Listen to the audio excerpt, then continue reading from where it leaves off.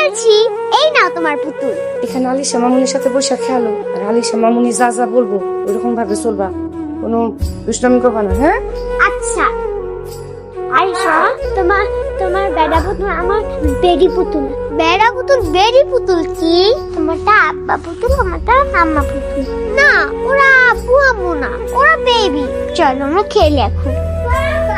আম্মু, আমার আম্মুটা কি করছিল? খেলছিলাম।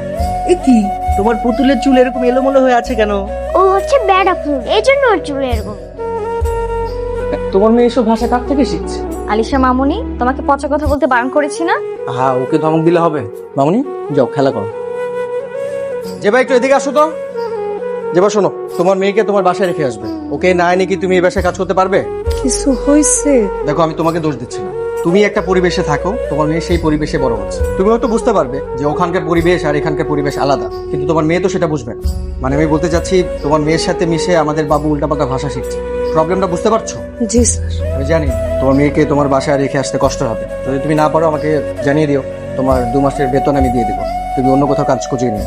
আমি এখন থেকে আর আমার মাইয়ারে নিয়ে আসবো না। তাহলে ঠিক আছে, চিন্তা, আমি গেলাম।